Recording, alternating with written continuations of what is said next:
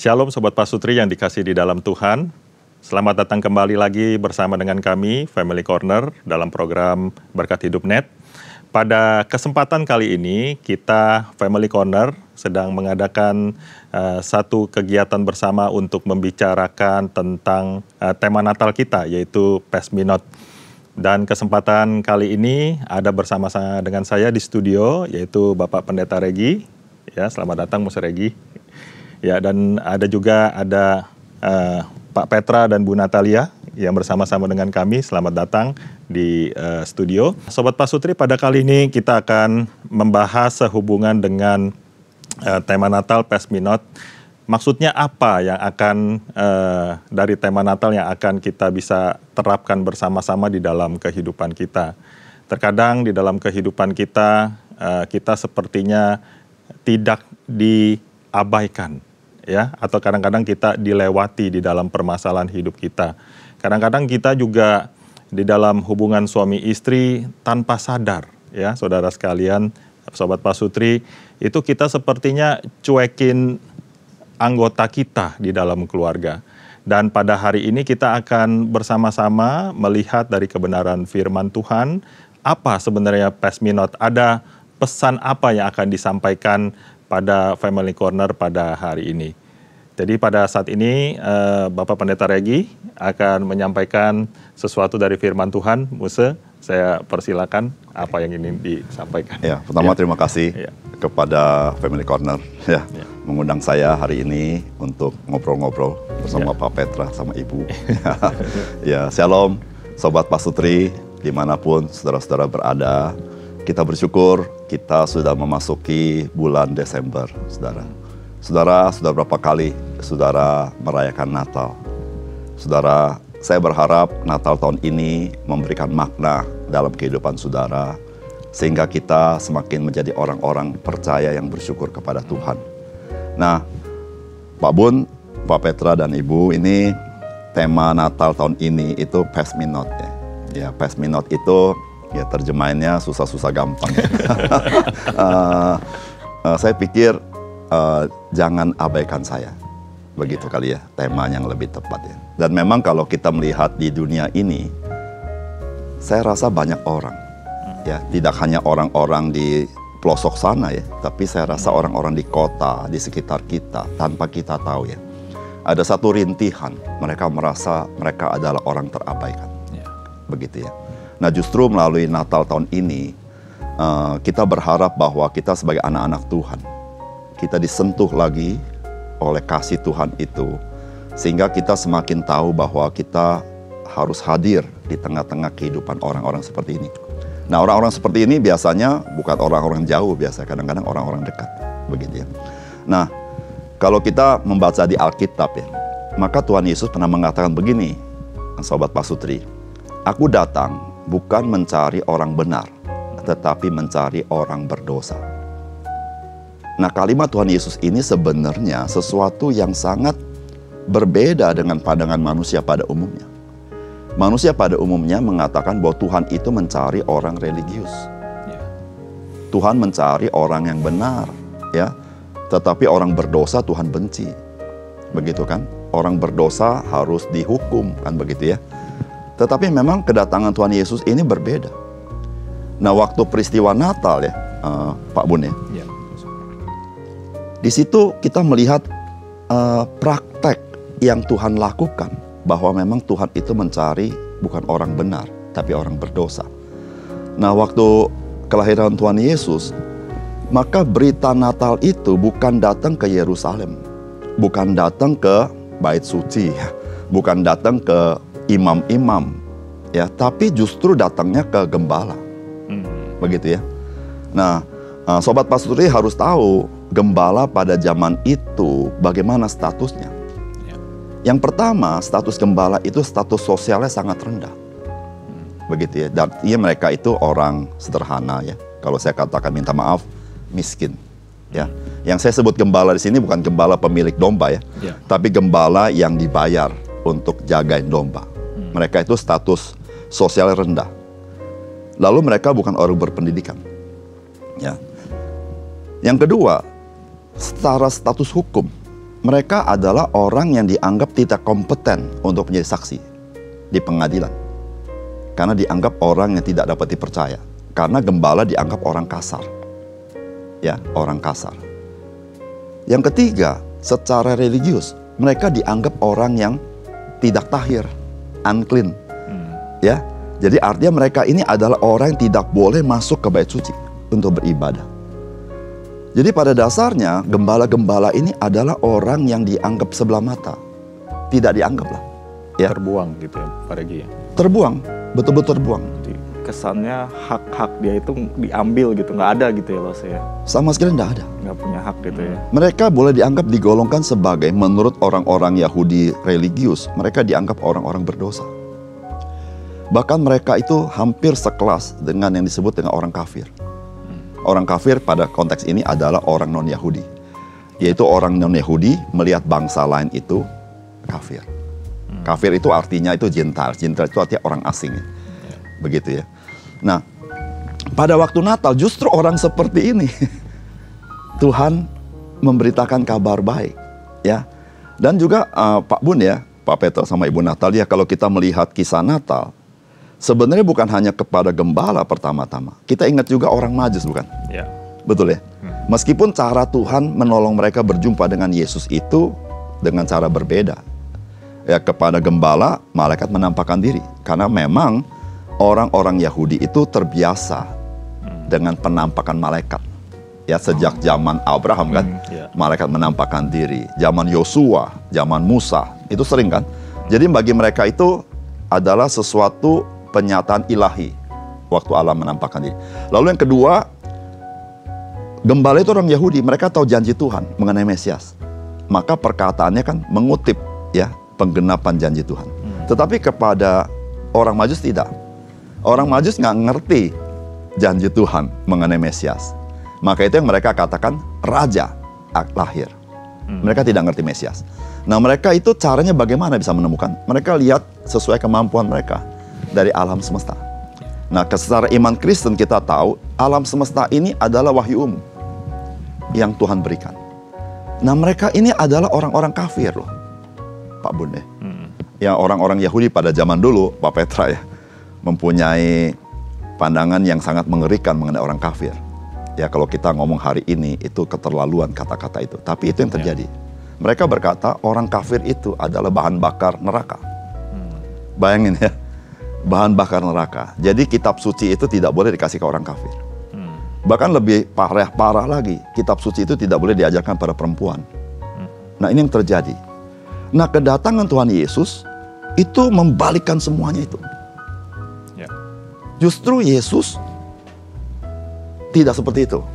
Ya, kalau saya katakan seperti ini tidak berarti begini ya. Tuhan lebih care sama orang-orang sederhana Anda juga. Bukan itu poinnya. Tapi poinnya di sini adalah tidak seorang pun ya yang Tuhan abaikan. Ya, bahkan yang terendah seperti siapa namanya? Gembala. Ya, seperti orang dianggap orang kafir meskipun dia kaya, tapi karena dia kafir, Tuhan tidak abaikan. Nah, di sini mengajarkan sesuatu Pak Bun bagi kita ya. Kalau Tuhan bersikap seperti itu, kita sebagai anak-anak Tuhan, bagaimana sikap kita dalam hidup kita? Nah, kira-kira seperti itu, Pak Bun. Iya.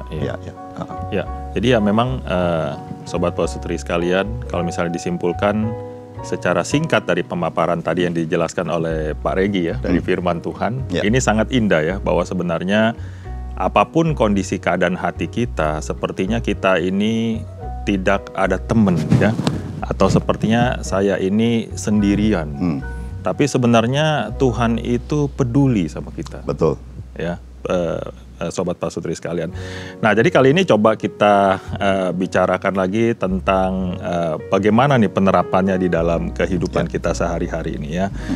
Sebenarnya Pak Regi, konsep tentang Tuhan peduli terhadap siapapun ini sebenarnya kalau ditarik di dalam kehidupan kita sehari-hari ya, dia khususnya pasutri suami dan istri itu, kenapa ya Pak Regi ya, banyak pasutri-pasutri itu yang seakan-akan karena masalah ekonomi lah, masalah mental lah, atau masalah dengan anak, masalah parenting, mereka itu kesulitan ya, dan mereka tuh sepertinya tidak merasa dipedulikan oleh Tuhan ya. Apakah mereka selama ini hanya mencari Tuhan dari sikap rutinitas saja atau gimana menurut pandangan Pak Regi? Ya memang lumrah lah ya, karena kan Tuhan tidak kasat mata ya. Jadi apa yang tidak kasat mata itu kadang-kadang kita pikir dia tidak ada, yang pertama ya. Ya. Yang kedua, dia tidak peduli. Bisa terjadi kan. Tapi kan yang tidak kasat mata itu tidak sama dengan dia tidak ada. Itu yang pertama paling penting. Ya, ada banyak tidak kasat yang tidak kasat mata itu tidak berarti dia tidak ada. Karena banyak yang tidak kasat mata itu ada. Ya. Yang kedua, tidak kasat mata tidak berarti dia tidak sedang bekerja. Setuju. Ya kan, banyak anak-anak kita kan tidak lihat papanya kerja. ya kan, papanya kan kerja di kantor. Betul ya, Pak Petra? Pergi pagi, malam datang pulang gitu. Betul kan? Ya, kalau anak tanya, "Papa ngapain?" "Papa kerja." Tapi anak nggak lihat. Ya kan? Jadi anak jangan berpikir nih, kalau papa nggak kelihatan kerja, papa nggak kerja. Enggak juga. Iya kan? Jadi kalau orang itu merasa bahwa Tuhan tidak care sama dia, ya itu lumrah. Ya. Maka itu Pak Bun, Pak Petra, dan Ibu Natali, mengapa kita harus membaca Alkitab? Ya, karena Allah tidak kasat mata. Ya, tidak kasat mata. Tetapi Allah itu ingin menunjukkan bahwa Dia itu eksis. Ya. Dia itu ada. Kedua, Dia itu care. Dari mana? Yaitu kitab suci. Betul sekali. Ya, kitab suci kan. Maka itu kalau kita baca kitab Ibrani kan, Alkitab berkata begini kan, Allah pada zaman dahulu secara dengan pelbagai cara, dengan cara berulang-ulang menyatakan dirinya. Ya, dengan pelbagai cara itu memberitahukan Allah itu ngerti kita toh. Ya, kalau kita ngajar anak nggak bisa satu cara kadang-kadang ya. Anak yang ini harus pakai cara ini, anak yang ini pakai cara ini. Lalu berulang-ulang. Berulang-ulang arti apa? Allah itu memang punya hati. Betul ya? Jadi seperti itu. Jadi kalau kita dikatakan kita ingin mengenal Tuhan, maka mengenal Tuhan itu bisa lewat alam semesta, bahwa kita tahu Allah itu ada, Pak Bun ya. Tetapi kita tahu Allah itu ada, tidak cukup. Begitu kan? Misalnya seorang anak lahir, dia tidak pernah ketemu orang tuanya. Tapi dia tahu, dia pasti punya orang tua. Tapi pengetahuan dia mengenai saya tahu saya punya orang tua tidak cukup bagi dia. Karena pengetahuan itu tidak menjadikan apa-apa. Tapi yang dia butuh adalah dia mengenal orang tuanya. Lalu dia punya relasi sama orang tuanya. Nah, itu nggak bisa dengan cara pengetahuan saja. Dia harus berjumpa dengan orang tuanya. Nah, di situ Tuhan menyatakan diri melalui Alkitab. Nah, pada puncaknya kan di dalam Yesus Kristus yang dia datang. Nah, ini yang terjadi, Pak Bun. Jadi ketika orang itu dia karena dia Tuhan tidak kasat mata, lalu dia sedang dalam penderitaan. Lalu orang-orang sekitar dia kurang peduli sama dia. Maka dia merefleksikannya.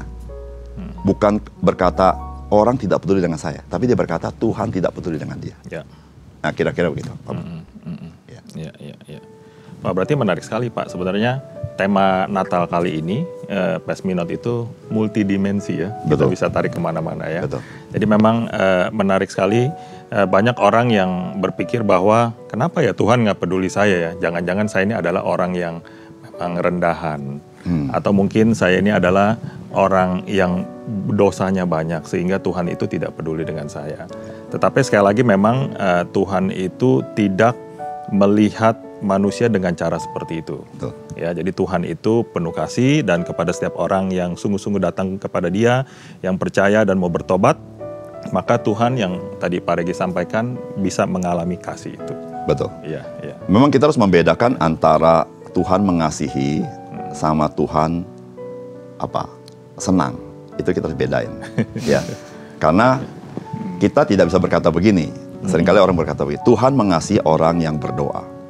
Betul apa salah menurut iman Kristen? Itu salah. Tuhan senang sama orang berdoa. Tetapi Tuhan mengasihi semua orang, bahkan yang tidak suka berdoa. Ya. Jadi kita tidak bisa berkata kalau kamu suka berdoa Tuhan mengasihi kamu, tidak. Tuhan senang kalau kamu suka berdoa. Tapi kalau kamu tidak suka berdoa, kamu gagal, ya. Kamu mungkin berbuat sesuatu yang tidak proper lah ya. Kabar baik dari Alkitab, Tuhan mengasihi kamu. Dan Tuhan berkata, mari datang kepadaku. Ya kan? Ya. Nah itu kabar baik. Ya. Baik kita. Puji Tuhan. Ya, memang Sobat Pasutri, kali ini Family Corner membahas tentang kabar baik bagaimana Tuhan itu peduli dengan kita semua. Ya, Pak Regi ya. dan Pak Petra, Bu Natalia. Dan kita melalui pemberitaan apa yang disampaikan oleh Bapak Pendeta Regi itu sebenarnya memberikan satu dorongan, sukacita yang indah bagi kita sehingga kita tidak merasa sendiri dan ingat apapun situasi kondisi apapun yang saat ini sedang kita alami, Tuhan bersama dengan kita. Nah, sekarang kita akan bersama-sama melihat dari sisi antara hubungan orang tua dan anak nih, Pak Regi. Ya. Gimana? Nah, kadang-kadang kan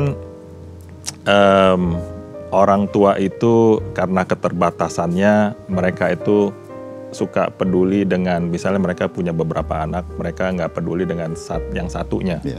Nah, misalnya gitu ya. Dan menurut Pak Regi, apa nih pesan yang bisa kita sampaikan kepada orang tua yang mungkin secara nggak sengaja bisa seperti itu? Sepertinya mereka nggak peduli dengan satu, tapi peduli dengan satu yang lain. Ya, memang kita kan manusia ya. Ya. Kita pasti punya apa namanya? Kecocokannya beda kadang ya. Betul, Ya, Bu. ya. Betul. Kadang-kadang ada anak yang kurang chemistry sama kita. Iya. Iya. Nggak ada kliknya. Iya. Pokoknya nggak nyambung lah. Betul ya Pak Petra? Ya nggak nyambung ngomongnya. Jadinya kalau nggak nyambung kan nggak enak kalau ngomong sama orang nggak nyambung ya. Nggak bisa panjang Nggak gitu seirama. ngobrolnya ya. Nggak bisa panjang, kadang Nggak bisa berdebat. dalam. Iya, Kadang dia betul. keras kepala. Kadang kita ngomong sepatah, dia ngomongnya luar biasa panjangnya. Kan harusnya kan umumnya orang tua nasihatin anak nasihatin orang tua. Nah akhirnya kita sebagai orang tua mungkin ya, sadar tidak sadar kita mulai menghindar berbicara dengan anak itu. Mungkin ya, saya tidak tahu ya pengalaman Sobat Pasutri, saya tidak tahu ya. Kita tidak bicara dengan anak itu ya. Saya tidak begitu ya. Saya punya anak dua. Dua-duanya bagi saya berharga. Jadinya saya belajar mendengar mereka. Ya, kadang mereka juga nasihatin saya, kasih tahu. Bagi saya oke, ya. Karena Tuhan itu kan melalui berbagai cara ya, membentuk kita. Bahkan saya kalau saya ikut belajar mengenai parenting ya, saya dapat belajar juga nih. Ternyata ya, saya dapat pengetahuan juga nih ya. Kita kan kadang-kadang kita pikir kita tahu, padahal kita nggak tahu ya, betul ya Bu ya. Ternyata kalau kita membimbing anak, sebenarnya kita sedang mendidik diri kita sendiri. Setuju. Ya, jadi pendidikan bagi anak itu adalah dimulai ketika orang tua mendidik dirinya sendiri, ya kan. Kalau tidak, kita tidak bisa loh nolong anak-anak kita. Ya kalau kita naik pesawat ya, kalau pesawat kehilangan tekanan katanya, maka apa itu tabung apa? Tolonglah diri sendiri. Tolong diri sendiri dulu ya kan, baru tolong anakmu ya kan, ya kan. Iya. Saya selalu pikir itu ketika kita. Nah, jadi yang tadi Pak Bun tanya ya, saya selalu mengatakan itu lumrah karena manusia begitu. Tetapi ingat satu hal, kalau kita ingat kasih Tuhan ya, kita tidak boleh berbuat itu. Ya, jadi kalau saya katakan lumrah gak Pak Regi? Lumrah. Itu alamiah, manusia begitu. Ya, manusia nggak bisa suka semua orang. Manusia tidak bisa bergaul sama semua orang sampai cocok, nggak bisa. Tetapi, nah ini loh ya, kita mengenal Tuhan Yesus tidak seperti itu. Maka kita juga tidak boleh seperti itu. Ya, seberapapun kita anggap anak kita tidak cocok dengan kita. Pertanyaannya begini loh, memang Tuhan cocok sama kita? Ya kan, saya pikir-pikir ya, kayaknya waktu saya diselamatkan Tuhan ya, kayaknya Tuhan nggak cocok sama saya. Menurut saya, nanti di surga kita tanya ya. Kita nggak tahu kan. Pengen tahu ya Tuhan melihat kita seperti apa sih? Betul gitu. kan? Iya. Jangan-jangan Tuhan udah jengkel banget loh sama kita loh. Ya, ya. Saya pikir-pikir ya, ketika saya percaya Tuhan ya, sebelum percaya Tuhan merasa diri benar lah ya. Kita merasa paling bagus lah. Tapi waktu kita udah percaya Tuhan, kita pikir ya, sebenarnya kita ini patutnya mah dibuang sama Tuhan. Begitu. Tetapi Tuhan itu sayang sama kita. Ya saya seringkali memberikan gambaran tentang diri saya seperti ini, Pak Bun. Saya itu bagaikan minuman ya, minuman ringan ya, yang udah kosong, Pak Ibu Natalia ya. Sudah dibejak lah mau. Ya, udah dibejak. Ini saya ya, udah dibejak. Udah masuk ke tempat pembuangan akhir yang numpuk tinggi itu. Sudah di sana kotor luar biasa. Lalu ada seorang kaya, ketika dia lewat tempat pembuangan akhir, dia berhenti dengan mobil mahalnya, dia turun. Lihat-lihat, dia lagi lihat ini apakah bisa dibisnisin. Lalu dia lihat itu, can coke, soal saya nggak sebut merek ya, can minuman itu ya. Lalu dia ambil. Lalu supir berkata, Pak saya ambil, nggak usah Pak saya ambil. Dia pakai tisu, dia ambil. Lalu dia bawa ke mobil dia.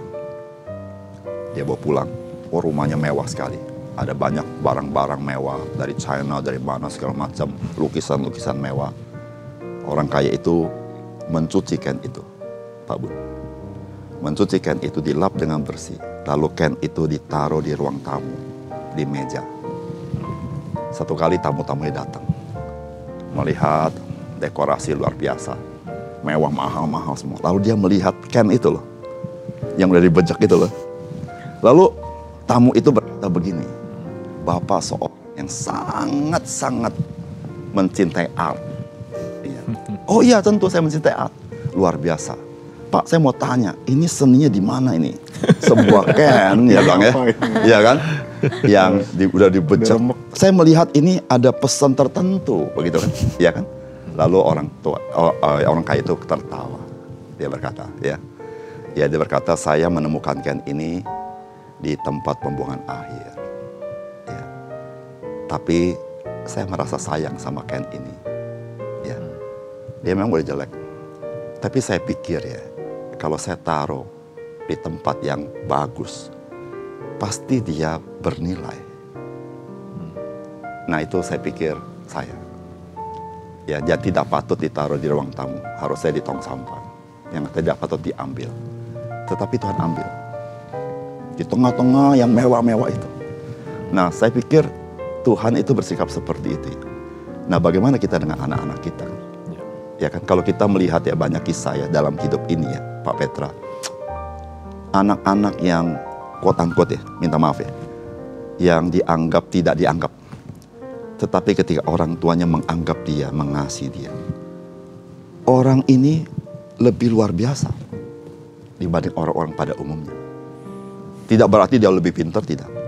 Tapi mempunyai hati yang luar biasa kepada orang lain. Jadi artinya apa?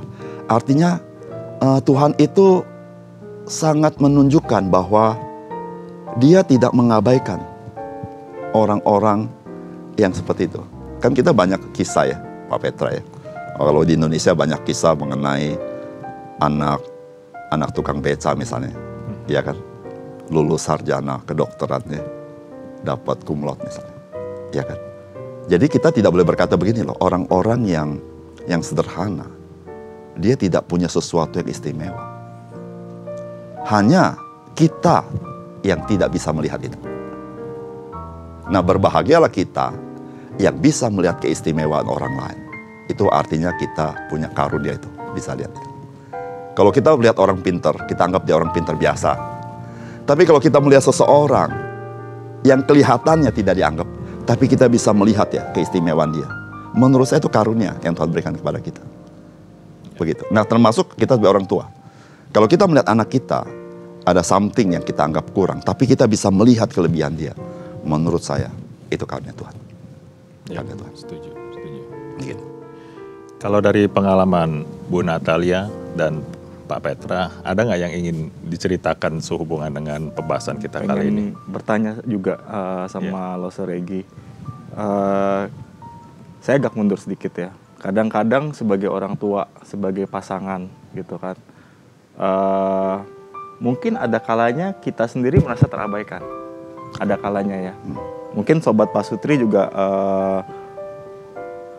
orang tua, pasangan kita bekerja, ya mungkin kita mengalami kegagalan, ya di pekerjaan kita, udah capek, terus macet gitu kan, sampai rumah anak-anak mungkin ada yang sakit, terus kita dapat kabar, mungkin sekolahnya juga lagi remedial, bermasalah gitu ya, terus udah capek, dari istri juga komplain gitu ya, kan anak sakit, udah gitu remedial apa segala macam, jadi mungkin kita juga mungkin merasa sendiri loh saat itu.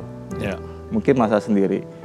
Dan kadang-kadang saat-saat seperti itu ya saya merasa satu-satunya jalan atau satu-satunya tempat yang bisa saya mengadu gitu ya, itu cuman ke Tuhan gitu. Tapi mungkin banyak sobat pasutri juga yang merasa mengalami hal seperti ini ya. Nggak ada mau ngobrol sama siapa, anak lagi sakit, di kantor kita lagi dimarahin, lagi gagal gitu kan.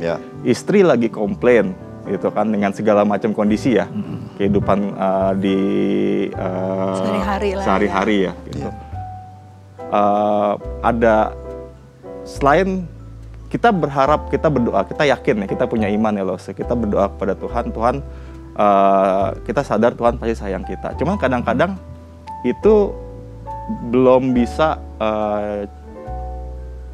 memenuhi, karena saya masih merasa terabaikan, saya masih merasa sendiri gitu ya. Mungkin ada nggak? Mungkin saya harus ngobrol sama siapa, atau saya mesti cari firman Tuhan kemana yang, karena kan Tuhan pasti akan menjawab melalui jalannya Dia. Menurut kadang-kadang kalau kita mungkin sobat pasutri ada yang sedang merasa terabaikan. Saya mau mencari Tuhan kemana? Gitu. Mungkin itu sih, Loster Regi. Iya, memang ketika kita mengalami banyak masalah ya, apa yang Pak Petra sampaikan itu memang perasaan kita begitu, ya kan? Kalau kita lagi oke-oke ya kita nggak ada masalah. Cuman kalau kita lagi dirundung masalah ya, apalagi bertubi-tubi tadi kan ya, di kantor masalah, anak sakit, istri bagaimana sebagainya. Kita juga merasa kok kita jadi solo karir nih ya, kita nggak ada yang nggak ada yang topang ya, betul kan ya? Kita kok kayaknya gimana ya begitu ya?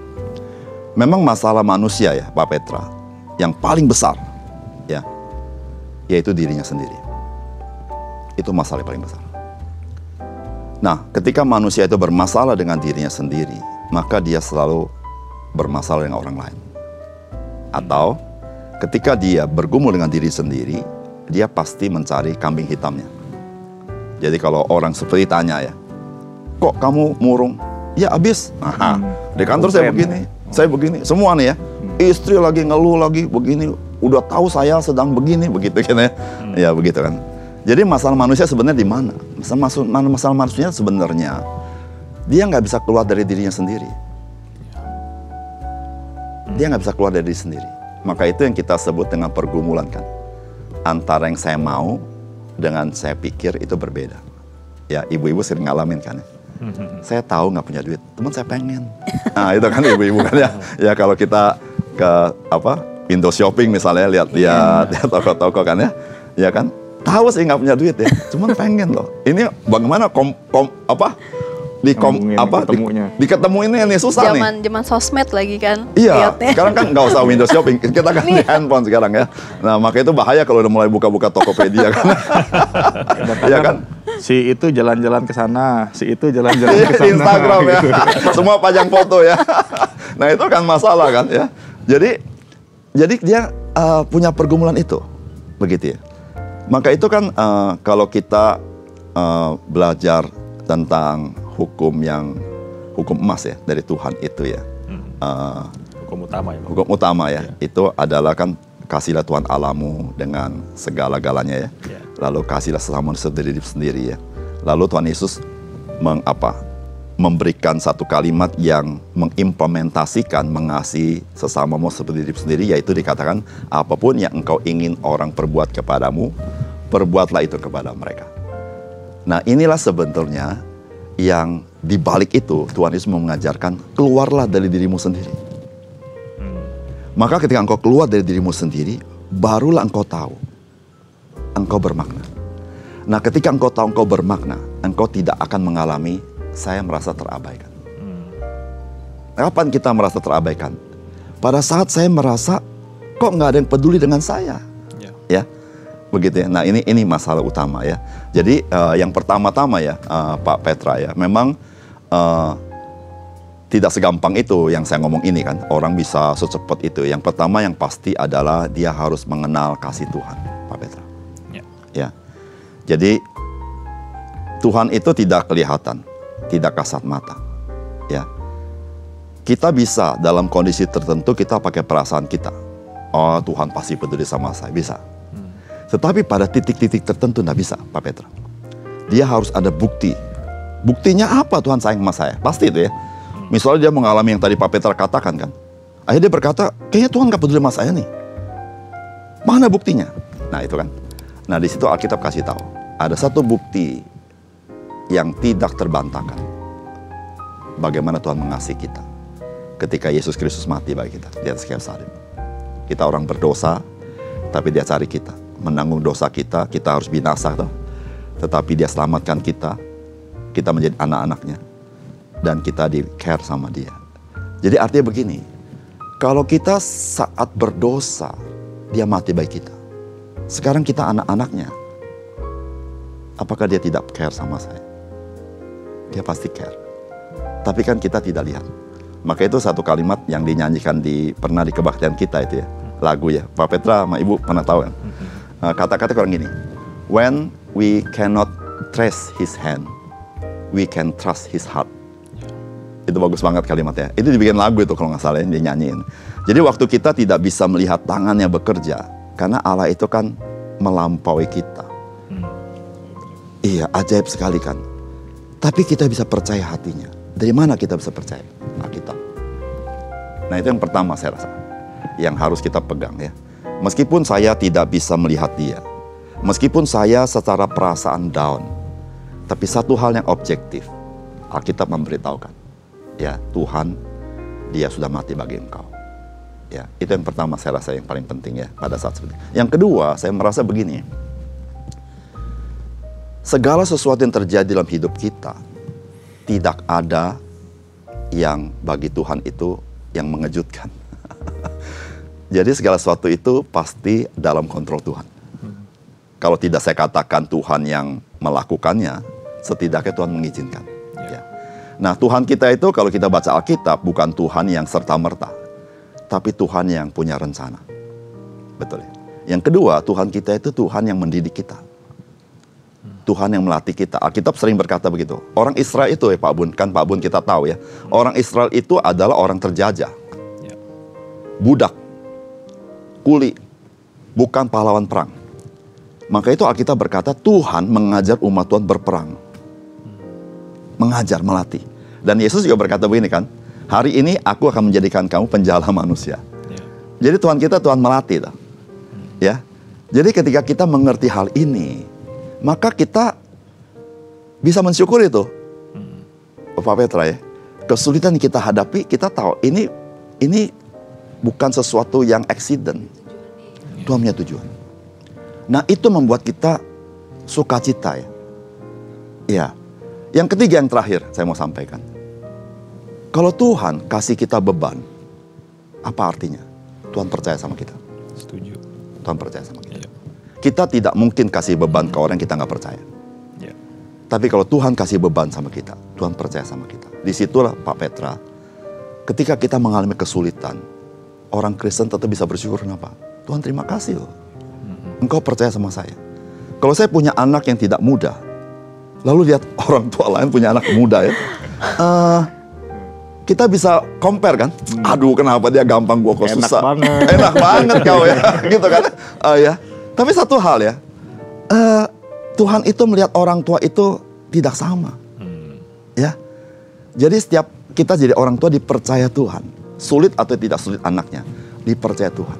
Nah itu menurut saya dengan cara pikir seperti itu membuat kita merasa tidak terabaikan. Menurut saya sih begitu, Pak Petra. Iya. Dari Bu Natali? Saya tertarik sama yang contoh bilang tuh tentang apa? Kadang-kadang lumrah gitu loh. Kalau manusia tuh kayak orang tua ke anak mungkin ada yang lebih klik, ada yang enggak. Jadi kesannya yang satu lebih terabaikan, yang satu lebih diperhatiin gitu betul. Ya. Cuma maksudnya yang saya nangkep tuh dari yang contoh cerita tuh kita setelah kita sadar itu kita harus dengan sengaja untuk mencari jalan untuk mengakrabkan diri gitu loh dengan anak itu. Karena biar bagaimana istilahnya kita pasti pengen anak kita tuh merasa terpenuhi kebutuhan emosionalnya gitu kan ya. Dan untuk yang kayak tema Past Minute ini sebenarnya saya lebih kepikiran malah tentang hubungan saya mungkin dengan saya sebagai anak justru gitu loh. Maksudnya mungkin kalau ada yang nggak serumah dengan orang tua atau bagaimana gitu kan, apakah kita perhatiin mereka gak? Karena momen Natal itu dikenal seluruh dunia sebagai kayak momen keluarga gitu kan. Yes. Gitu. Saya lebih maksudnya menarik buat saya adalah tema ini tuh jadi seperti ngingetin kita juga, maksudnya Memperhatikan. jadikan momen ini untuk kayak kita kayak mungkin ajak makan atau ketemu gitu loh. Iya, karena kalau saya sering lihat-lihat film Amerika gitu kan, kayaknya kalau Natal sendirian itu kayak sedih gitu loh. Harus sama keluarga gitu. Jadi mungkin kita juga kayak diingetin gitu loh, kayak kita harus perhatiin kayak orang tua juga gitu loh. Karena kalau anak kan pasti serumah kan, masih kecil gitu. Betul. Ya. Saya setuju sih sama Ibu Natalie ya. Jadi artinya begini, kalau kita menggambarkan secara psikologi ya, anak-anak itu gambarannya adalah perasaan dalam aspek diri kita ya, kalau sebutnya. Tapi orang dewasa itu gambarannya aspek kehendak. Ya, dan kita itu tidak boleh jadi childish. Kita harus menjadi mature. Mature itu adalah semakin hari semakin dikendalikan kehendak kita, bukan perasaan kita. Begitu ya.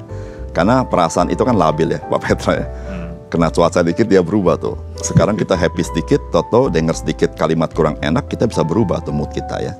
Nah, tapi kita kan tidak boleh dipimpin oleh perasaan. Kalau dipimpin perasaan kita bisa nggak stabil hidup kita kan. Ya. Nah, Tuhan kita itu Tuhan yang memiliki determinasi. Tuhan itu Tuhan yang melakukan sesuai kehendak Dia. Begitu, apapun kita, bagaimanapun kita, Dia melakukan sesuai kehendaknya. Oleh karena itu dunia ini berjalan sesuai rencana Dia. Tidak digoncang-gancing. Nah, yang Ibu Natalie katakan betul. Waktu kita mengalami kesulitan dengan anak kita tidak boleh tunggu anak kita. Ya, ada orang tua berkata begini, ya salahnya dia, biar dia yang aktif. Let it flow aja gitu. Ya, itu menurut saya kurang memahami. Jadi kita sebagai orang tua, kita sendiri yang harus mempunyai inisiatif. Nah, lihatlah ya, betapapun sulitnya, tapi kalau kita karena Kristus, kita lakukan, Tuhan pasti campur tangan. Maka kita berkata, lakukanlah segala sesuatu seperti untuk Tuhan. Ya, kita katakan Tuhan ini sulit, tapi Tuhan saya mau taat sama Engkau. Nah, Tuhan campur tangan. Tadi Ibu Natalie katakan bagus sekali.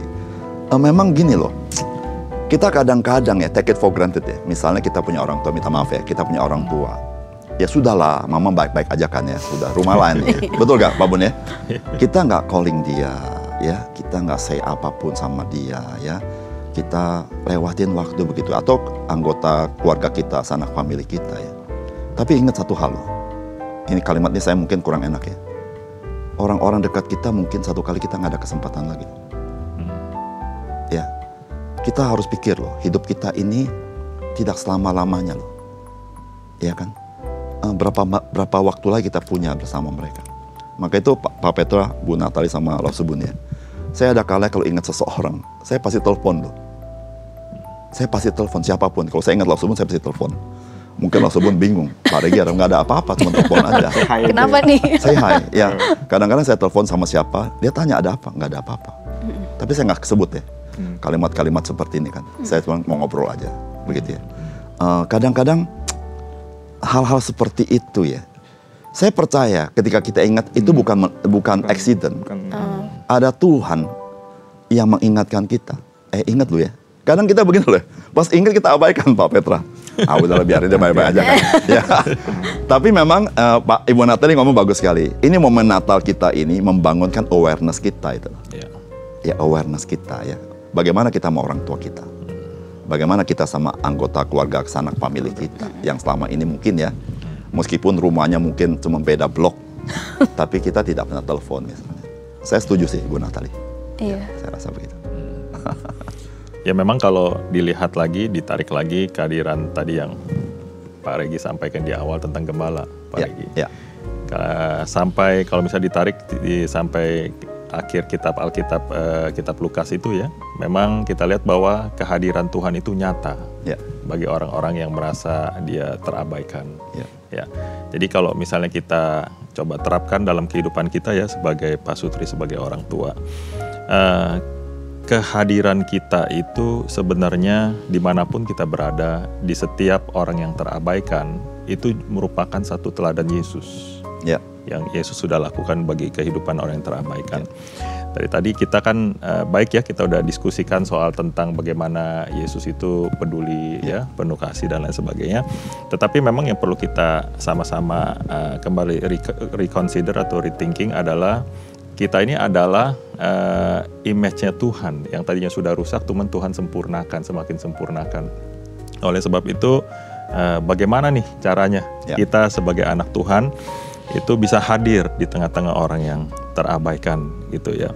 Dan memang sebagai orang yang bisa hadir ini, karena kita adalah manusia yang terbatas ya, kita pasti tidak sempurna, Pak Regi ya. Dan apapun yang Tuhan sudah siapkan bagi kita hadir di sekolah bersama dengan anak-anak, kita hadir di tempat kerja, kita bisa hadir di gereja. Mari kita lakukan itu secara maksimal.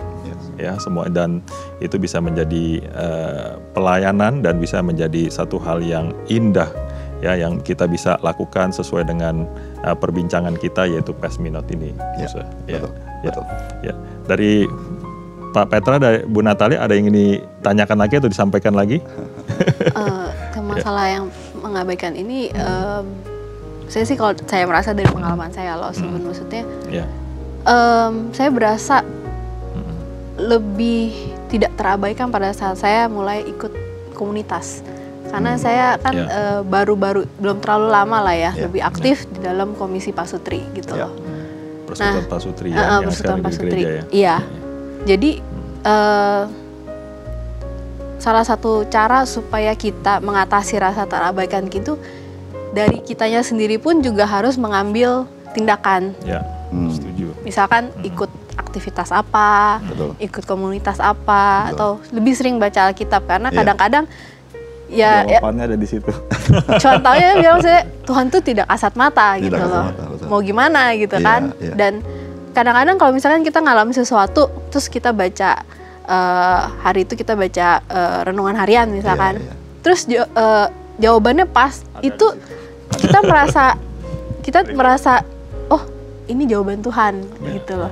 Dan itu kita jadi merasa connected. Jadi ya memang dari kitanya juga nggak bisa pasrah berharap, aduh ada yang perhatiin gue dong gitu. Nggak bisa, kita harus do something juga sih menurut saya. Setuju. Gitu. Jadi saya pernah jadi ingat kalimat ini, Bu Natali. Ada orang pernah katakan gini di satu buku ya, kalau kamu mencari sahabat, kamu tidak menemukan sahabat.